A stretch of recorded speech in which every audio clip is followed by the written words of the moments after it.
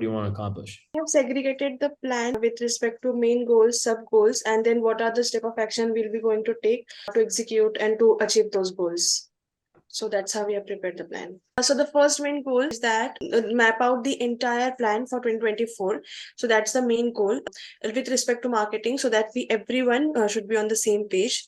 Secondly, pre-stage and brainstorm the setup hitting for hitting 2 million in 2024. So right now we are planning that till 2023 we have hit our 1 million, and we want to achieve 5 million till 2025. Then the sub goals are 50 clients every quarter, 4 challenges in 2024, and in every challenge we are aiming to close at least 35 clients in every challenge.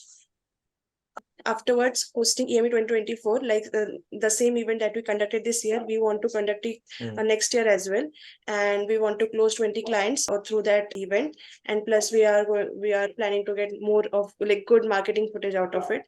Then getting Sahil on good podcast shows as a guest. So right now Sahil has went on like 2 or 3 podcasts, and those are not very good, with that respect. So we are planning to get him on a good podcast to get his PR done well. After that, promoting LTC heavily to grow our email list. So LTC is our free course, Leads That Convert, which we are promoting as a lead magnet, and we are using it to grow our email list, and we want to use it heavily. Afterwards, launching our evergreen low ticket offer, that people come into our business ecosystem. So that's, I guess, pretty much explanatory. Launching DM Bible as a published book. So Sahil has made a DM Bible. We, during the event, we gave the first copy of the book. We are revising the book again, making it more professional and all. So just as Dan Henry did with his pocket book, we are planning to do same with this book. Afterwards, we are aiming to grow our Insta and YouTube to 50K and Facebook group to 20K. That's our goal for the socials. YouTube, we wanted to discuss it with you as well. We'll put it in the questions. It comes to optimizing your systems and everything. So with that respect, we are thinking to shift everything to GHL. Yeah. So right now these are the goals and sub goals. If you have any questions or anything you want to ask, you can let us know. If you were to, aside from your client goals, like your sales goals, you already have one goal there, to 50 clients every quarter. The rest of it are projects. They're not goals. No. So it's one goal. You're trying to make 500,000 a quarter, which will come out to 133,000 or something, 60,000 a month. Everything else is a project. If you were to boil down that list of projects there, which is all the different ways you've come up with for what you think would get you to 50 clients a quarter, what would you leave as only the top 3? If you had to cancel everything except 3 on that list below, not the top, the bottom of the sub goals, a list of projects starting from 4 big challenges, which if you were, and Sal, this is more really your question and then your team's, because it should be your decisions. But everyone, like the whole team has an influence because they see things you don't see. But so as a team, if you were to break that list down to only 3 things you think are the most likely that'll get you to 50 clients a quarter, and you couldn't do anything else, what would it be? Highlight them for me. Bold the ones in the list that you think are the top 3. Like everything else, if you couldn't do it next year, you had to choose 3. What would it be? Okay, Chiranjeevi, you can highlight while I'll speak. So events is the very first thing, whether it's an in-person or virtual event, that is challenges or EME, whatever it is. That is the first thing. It's at the bottom where the funnel is there. So yes, hosting events is first number 1. Second is the more visibility. Oh, okay, that works too. Okay. Second is the visibility by being, again, the podcast show thing, or it can be, if I put in one bigger bucket, visibility can be through content, can be through YouTube, can be through, again, that, because I feel like based on the achievement that we have done in terms of monetary, we are not even well known in the market. Like Indian market is very big. I realized it after coming to India, especially a lot. It's a very big market, based on the population again. The visibility thing. Third thing I would add onto it will be maybe growing the YouTube channel only. These are the Okay. three things. Okay, so we just highlighted 5 things. Uh, Okay. Then So YouTube one challenge highlight. me 2 things. Running a live in-person event that's multiple days is different than running a 5-day challenge. Vastly different. Complete different operations, complete different process, complete different marketing content to some degree. So again, I'm going to ask, if you were to boil down this entire list to only 3 things, not 3 groups, because what you're doing is you're grouping. It's like growing social media. Those are 3 things in that one thing group. Got you. Right? If you have, and I want you to, Sahil, I want you to trust your instinct, and the rest of the team, I want you to trust what you see as well from all the data you've seen in the business over the last year. If you had to just be like, all right, not even one thing that's 99% sure it's going to be good, only leaving the 100%. What would be the top, the only 3 things, if you had God waved a wand and said you can't do anything but 3 things next year? What would it be that you have the most confidence in based on your past results in it that would get you hit your 50 client, your $2 million goal? Tell me that. Follow the exercise. Yeah. The very first is coming out to be again challenge. If I put in one thing only, challenges. That is what. So then highlight 4 big challenges in 2024. Highlight that instead. Okay. That for sure, right? No one can budge you on 100%. You know it works. Yeah. Okay, so we leave that one. There's 2 more spots left. And the team sometimes sees things Differently that you don't either. So team, you're welcome to give your input on what you've seen works really well. You're like, if we don't do this, it's a big, like, if we didn't put this in the top 3 cut, like we would lose a lot. Like that's for sure. We have to do that. What would it be? Again, the goal is to get 50 clients a quarter. So we have to be choosing the 3 things. You're like, if only I had to do these 2 things, it gets me more clients. Can I add the thing which we think like is a potential, but we haven't done it? Just like, for example, YouTube. Well, it's there. Yeah, I mean, we haven't. You said based on the data, or based on the past. So then unhighlight the rest of it. Just highlight YouTube. So we got 1 spot left. If you had to, you had nothing else. You're like, this is the most probable chance of success in the company. These are the 2 major ones coming in my mind. Third is not even. I'm not sure about. I can put different ones in that bucket, but not coming out to be the very sure, deadly sure one. What does the rest of the team think? What have you guys seen? You're like, for sure, like that's the thing. Have to pick out of these now, then EME. Jackson, you said something? If we EME. have to pick out of these now, so then EME, because we The EME almost, was profitable for you guys? yeah, Yeah. it was. Oh, I didn't know your number. Did you guys make sales? I thought you didn't make sales, Sahil.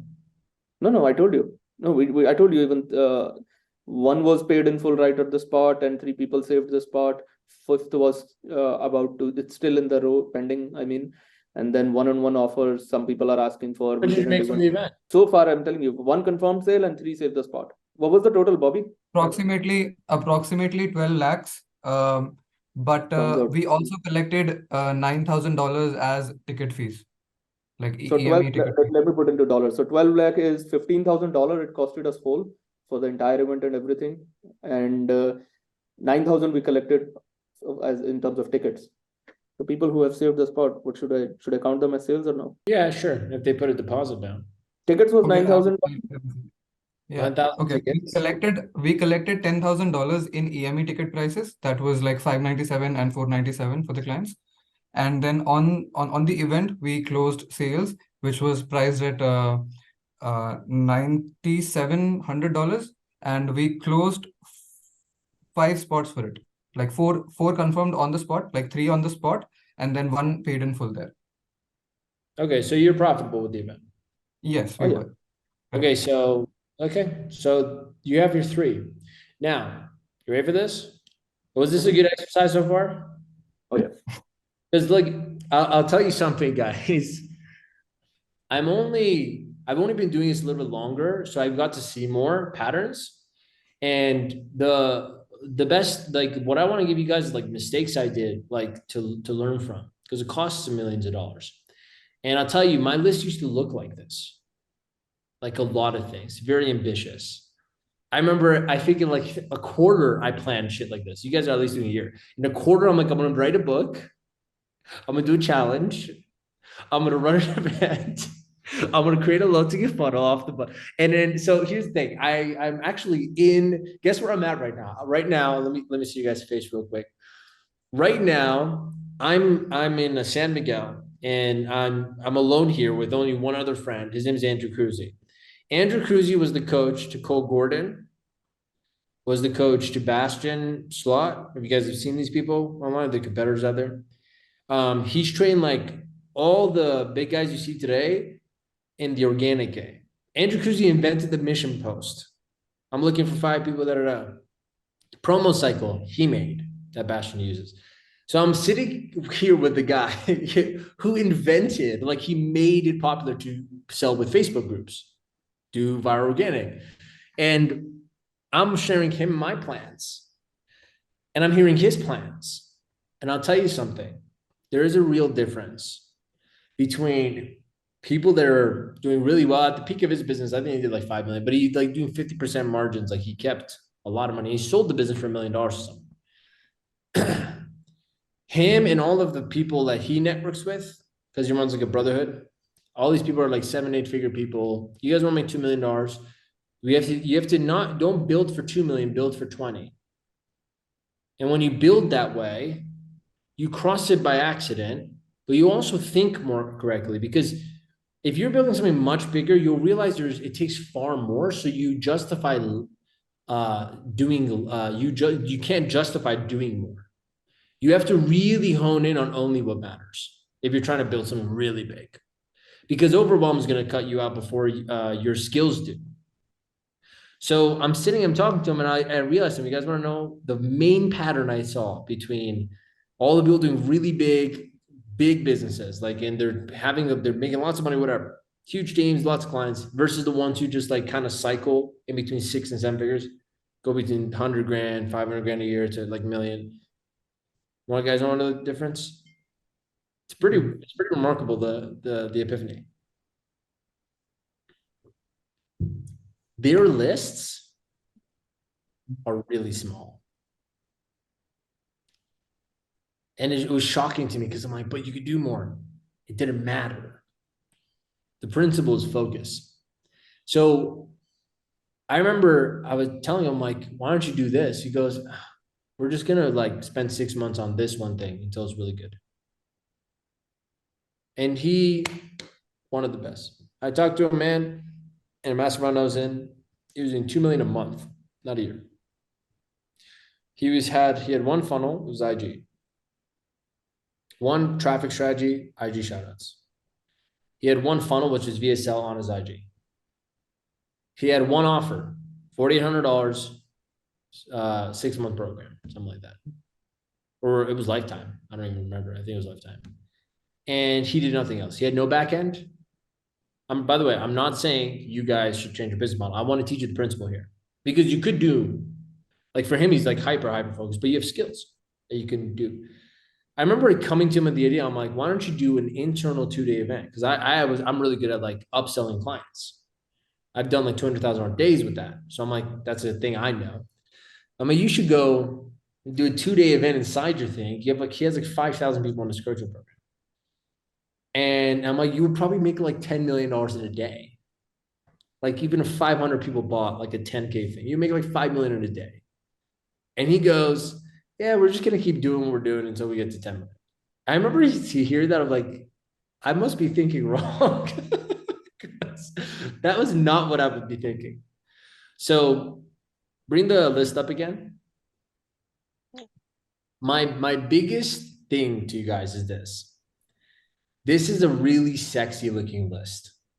It's also a list that if it either you'll never achieve doing all of it by the end of the year, or it will burn you up before you can. This list is the reason why you won't make 2 million, because it's how long it is. So this is where hard decisions come in. But it doesn't have to be hard, because you can think of it differently. I'm only telling you to focus down on the top 3 things. That's still too much. See, the reality is there is one thing that you guys know Sahil is the best at. And it's his strength. Like, even when he's up there, you're like, holy shit. whatever he's doing. You're like, wow, it could be the podcast. You're fucking watching him on the podcast. It's crazy. It's so good. Or like his YouTube videos are like, holy shit. Or his challenge, oh my God, whatever it is, you guys know it. And as a team, he needs you for this. Same way I need my team for this. Imad always sits down with me like, bro, like he gives me context. He's like, but this. And I'm like, God, you're right. Because I'm a creative. Sal's a creative. We're always going to have new ideas. And it's good to be a visionary, but visionary means we're in the clouds. So we need team to bring us down to ground and be like, okay, well, this is a really cool idea.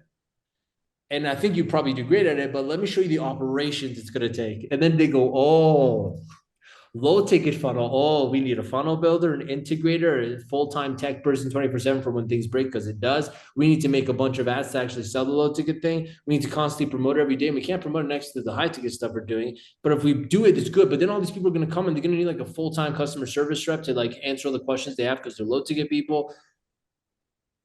And suddenly Sahil goes, all right, maybe we'll do this one later. Right? Like maybe we'll wait on this one. So there's a great book called The Road Less Stupid. And I read the first like couple of chapters of it. And in those first couple of chapters alone, I learned so much about how to think past the decision. It's called second order consequences. When you think this way, you think very accurately, which is the road less stupid, because you do smarter things. When you think through how much work it's going to take, then you really get clear with like, what can you do? One, what's your capacity? As a team, what can you really actually pull off? And two, how much is it going to take? Because you only have 100% of resources, whatever it is, time, energy, money, right? And the reality is, unless 100% goes into something, one thing, it won't be 100% successful, which means you have to be okay with, and by the way, you could approach the business this way. Now, I'm not going to tell you what to do. I'm only going to walk you through the exercise. You have to settle, though, for the fact that each of these things will be maybe 10 to 20% of your best. Because there's so many you have to spread between. Even if it's as dumb as go, Armin, the podcast thing, I'm not saying to cancel anything you're doing, by the way. I want to just teach the principle first, then I'll explain to you like how to maybe go about this.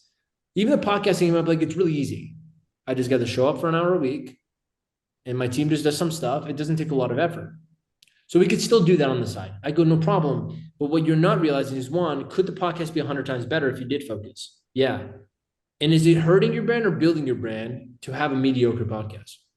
See, it's the questions we don't ask is, what is it costing us to not do it the best? Because maybe people just go, oh yeah, it's Sahil doing on a podcast. Who knows? And that could be hurting the brand. Does it go, yeah. You put out a bunch of normal stuff that's not that good. People will just get used to the fact that nothing really is that good from you. So even if you just end up doing it just because it's easy, you'll get the opposite reaction from the good stuff you put out. See the thing? And I know because I just worked for the last 3 months, I didn't put out much. I haven't promoted anything, and I built this new platform. 500 people already. It hasn't even been 24 hours. We're in it. Okay? And they go in, they're already sharing and doing stuff. Someone already got leads, like, but I spent so much time doing one thing, and I realized, I'm like, well, I was going to do 3 things. I'm like, one thing. Like, it really takes a lot of work to do one thing well. Does everyone get the principle here? Yeah. So the key thing I want to reflect for you on is, this is exactly how we used to make plans that didn't work. And here's the cool thing. The thing that I would always fear was FOMO. We make this long list and they're all great ideas. So you go, fuck, like the book thing would be crazy. The low ticket funnel, like what if that works? So I want to give you a mental tactic, a mindset hack for this. I don't want you to think that I'm telling you to choose only 3 things and cancel everything else from existence. I'm just saying, if there's a pipeline of stuff you're doing, when you do it is what I'm saying, not if you do it. Does that make sense? Can I show you an example of what I mean? Sure. Yeah. You guys see my screen? Yeah. I got to teach you. Stop sharing your screen, and we can see it on the bigger one here. I got to show you how to set up eCam, Sahil. There's some next YouTube videos. So it's not that. Let's say this is your. There you go. You can see it. Let's say this is the timeline, right? You guys can see that? Yeah. Yeah. All right, and let's say this is like 2024 is here, this is 2025, and so on and so forth, right? I'm not saying only do the 3 things that we're talking about here and erase everything else. I'm not saying that. I'm saying if you really want to do it well, why not 3 things here, 3 things here? Because we don't think past that. We try to cram 5 years worth of work into a year, and we're like, that's how we're going to get rich. No, I'm telling you, that's how you break the company. And I've broken my company multiple times, right? And then I look back, and it's funny for us. We were looking at my P&L last year in 2022, and Imad was showing me even this year. This year, we had a really bad year, and we only did like 1.1 million. I didn't even know we made a million. I thought we lost money this year because I was going through a lot of stuff. Because what? I burned myself out because I was thinking like this. Always doing too much. 2022, $2.6 million, but we spent all of it. There was a month where we did $420,000. I'm like, wow, what month was that, Imad? He goes, you did a challenge. I said, why don't we do that every fucking month? He goes, you did it. Like you got busy with the second thing after it was done. So every time I would do something that worked, let's say this was like July, June, whatever, right? 3 months, like month 1, 2, 3. I would do something that really works here. I would do something that really works here. And then over here, I would do something completely different. I would start from scratch instead of doing the same thing again and then making it better this time. And then even better. Imagine if I did that. I would have had $1 million a month probably within 3 months of doing challenges really good back to back. Because you also solve bigger problems. The next problem, which is like, okay, now I don't have the energy to do challenges. So you learn to automate the challenge. And then so you see what you do is instead of doing, and this is you guys as a team, instead of doing multiple things, what you do instead, you do one thing, okay? Maybe you start with 3 things and then you go into this one and then more and then more. And what happens is this thing, you become the master at. People look at you like, wow, your brand builds around how good you are at that thing you do, right? And look at all the people you see at FHL and all them, like you know them for one thing. So I'm not saying to cancel your list. I'm saying if you only had one focus of thing you could do at a time, by the way, that is how you live. Like try to do 2 things right now. You can't do 2 things right now. You can only do one thing. You're listening or you're not listening. That's it. So as an organization, it's like all of you are one mind. Individual minds make one mind, just like individual cells are making one cell, or making one body. You guys have to all think in accordance, and you can't do multiple things. Here's as a team. You have one goal, and you're small right now. When you get bigger, each department is their own goal. They have to think the same way. So Sahil, at that point, you look at each department leader when you're bigger, and each of them think this way. But you have a company that has multiple things happening. But that's the difference. Each of them think this way. So all I'm saying is, if you even brought it down to one thing, the one thing, imagine how good could you get at it. And so my point to saying this is, your list right now is set up for you guys to get stressed. Because what's going to happen is you're going to try to do it all. And you're going to realize it takes more than what you can handle, than you could do. And then you're going to realize, and then you're going to think you're bad at it. You're not bad at it. You're just trying to do too much. I reflected on 3 years of notes I took in my notebook on events I went to in my business and all these doodles I had about my company. And I came to one conclusion. I thought I was a bad entrepreneur. Because when you burn out, you think you're bad. You think it's because of you. And I called him out on my bro. I realized one thing. We always try to do too much. That's it. That's it. We weren't bad. We were doing everything actually really well. But we were trying to do too much. If we had just done one thing, imagine. So pull up this list real quick, Harsh. Does everyone get the principle here? Deep inside. Yes. So this list, when we make a long list of things and we can't tell which one is the most important, it's a priority issue. That's a leadership quality we need to develop. Because if you can't prioritize, you guys won't get anywhere. So focus is just a priority thing. You just have to decide what is most important. If you think everything's important, then nothing's important. And so please learn from my mistake. In fact, in my 2024, I'm going to actually listen to my own mistake. I'm going to pick one thing or 1 to 3 things, because you can still handle a lot. It's just like you have one main like objective. You're getting better at the same thing. And I'm going to do it for the whole year because I've already done it your way. I've already done it this way. And I made a lot of money. And then none of it felt good because it was just, I never had a moment of peace where I'm like, wow, okay, we're making progress. Everything was always a hassle. You know what I mean? If you guys feel like that sometimes, like Yeah, everything's totally. hustle, Oh, we yes. got, yeah, right. So it's because we're just not focused. We're not focused. We're not prioritizing. So in this list, there are three things we definitely think will do well. And like if we had to pick only the things that we can rely on, and that's the key. It's not even what we think we could do well, because some of these things that you have never done, but you're like, I think I can. But it's like based on what you've done, what do you really know you could rely on? If your food for your family, your bills have to be paid by doing only three things this whole year, what would you rely on? You're gonna pick instinctively the thing you know you're best at. That you know, like you have the most certainty in, it's gonna work. So that means as a team, you could work better on it because you're certain about it, you believe in the thing. So we're down to three things from, I don't know what it looks like 12. Now, for the really hard part. If you were to take this three down, God said you can't do anything but one thing this year. And you had to rely on it. It's the only thing you can do to make money for the business and to pay your guys' bills, to not go, to not have to bankrupt the company. What's the only thing you would actually do? My answer would be challenges. If somebody else has a different answer from other team members. We agree. Bobby, Yeah, you want 100K One must of be the things challenge. that is coming in my mind is this is not exactly like a sub goals list. It is more of a thing like some of the tasks that are mentioned here are facilitating the other things. So even we thought that challenges we do very well at challenges. And if we decide to do it every month, we will exhaust the 5,000 something people that we have. So growing our social media is a sub product which we have to do so that we can increase our pool of people that we will be squeezing out of. Jackson, this is a very good point, by the way. Great point. I can now see how you perfectly balance out Sahil with the thinking. I have a very good question for you as a counter to this. So what you just stated is called a problem, is like your next problem in the journey of going deep into one thing. Running out of leads. So if all we did was a challenge every month or every 6 weeks, whatever. I'm just giving an example.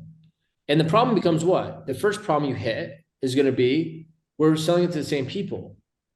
We need new people. So now the question is, if you couldn't do anything but the challenge stuff, what would be your next logical thought of how to get more people to the challenge? Think about this carefully. It wouldn't be to go off this way and build a long-term brand on YouTube. I'm just giving you an example.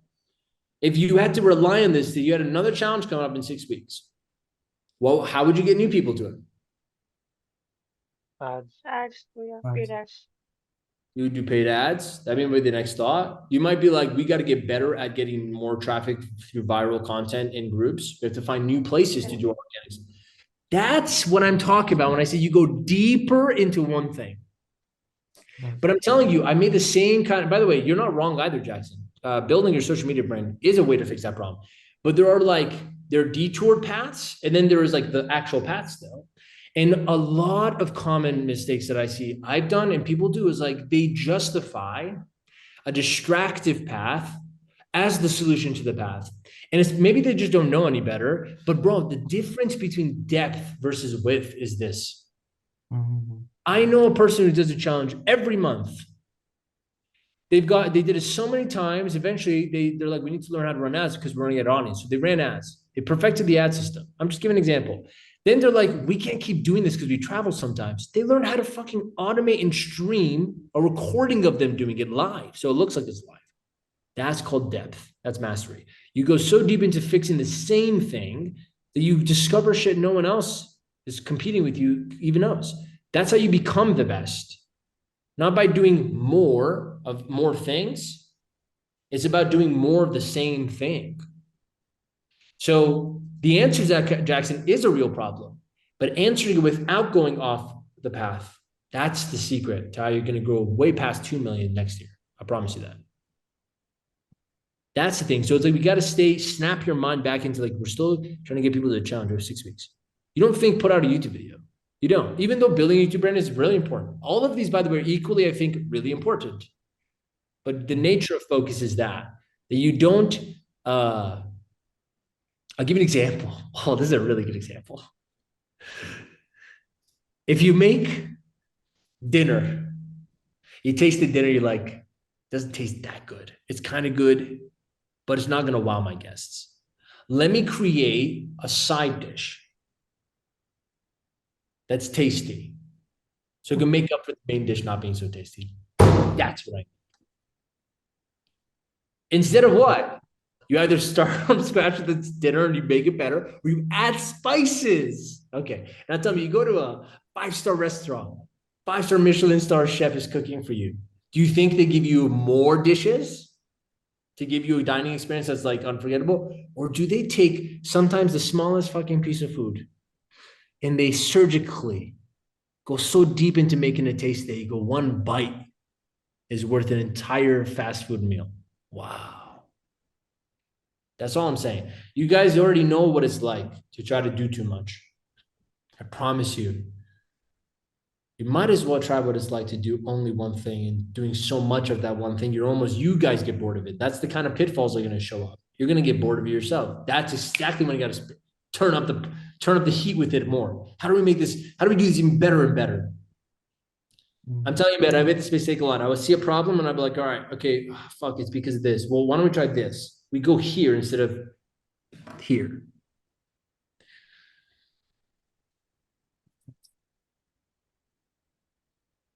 Makes sense. So share your screen.